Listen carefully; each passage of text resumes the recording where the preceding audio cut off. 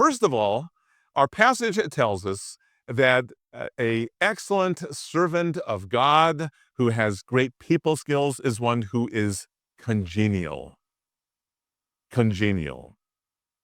This would be someone who is cordial, who is accommodating, who is pleasant. Some people have a hard time being congenial. It's not naturally a part of how they communicate. Most, if not all of you, know that I love basketball. It's my favorite sport. It's been a part of my life, and I love this time of year when there are the playoffs. And there is one basketball player that I remember back in the day, Charles Barkley. He played in the NBA with three different teams at different times. And Barkley is this 6'6" husky hunk of humanity. And he just was kind of rough and tough when he played the game. He right now is a commentator for TNT as well as CBS. And Barkley, along with others who maybe you've heard of before, a guy by the name of Michael Jordan and Magic Johnson and Larry Bird and some others, he was on that team. It was known as the Dream Team. And the Dream Team was able to go to Barcelona, Spain, in order to play with the other athletes representing our country. And so Charles Barkley is a part of this Dream Team. And there was one game when the United States national players representing us was going against the nation of Angola. I think some of you would even have a hard time. I would have a hard time even finding Angola on a map. In any case, at one point in the game, before an international audience, Barkley pushes this scrawny guy from Angola to the floor. And people took note of that. It was not long after that Charles Barkley was in a bar. Maybe you heard about this account.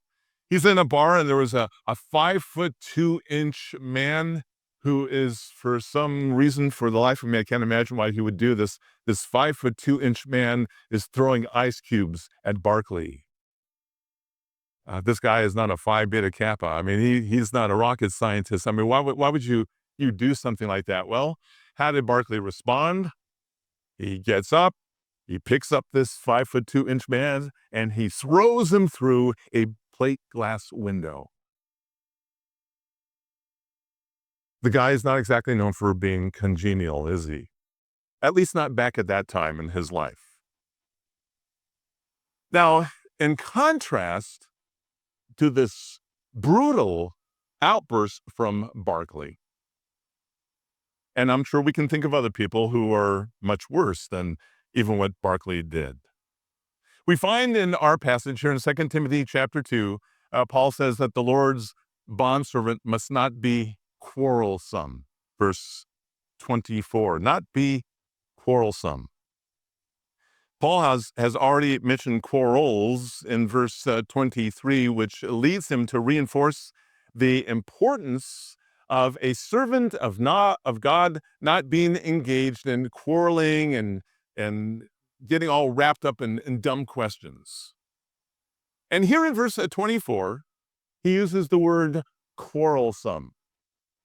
Back in the day, this whole idea of quarrelsome had reference to armed fighters who were involved in hand-to-hand struggles with one another, of fighting, quarreling. We might think of wrestlers in our day and age who are going at it. And the word quarrelsome came to mean, over the course of time, a war of words. And eventually it came to mean to wrangle, to fight, or to dispute. You know anybody like that? Don't answer out loud. Yeah, it's not a becoming quality of a person who is quarrelsome. An excellent Lutheran scholar by the name of Helensky says that the Lord's bondservant does not wrangle or shout or make a scene in the streets. Listen, fighting never won a convert. Nor has fighting ever been a way to properly correct a Christian who is going out of bounds. What happens when you are using a brace of caustic words that are leaving your mouth, that are putting someone down and tripping them up and making them feel less than the dust of the ground? You're not exactly endearing yourself to that person. This should be a no-brainer for us. And what happens is when you are quarrelsome, when you are using your words, your voice tone, the whole kit and caboodle in an adversarial way, actually what happens is you make people adverse to the point you're trying to make. They don't even hear you after a while. They are adverse to you and what you're trying to express. Being quarrelsome is not where it's at. Rather than that, we need to be congenial. Elder, deacon, deaconess, those of you who are influencing anyone in any way, shape, or form, keep in mind you're never persuasive when you're abrasive. Let that be a brain tattoo in your thinking for a few moments. Okay, so what are we talking about? We're talking about people skills. Being congenial, cordial, accommodating is the way to go for a person with good people skills.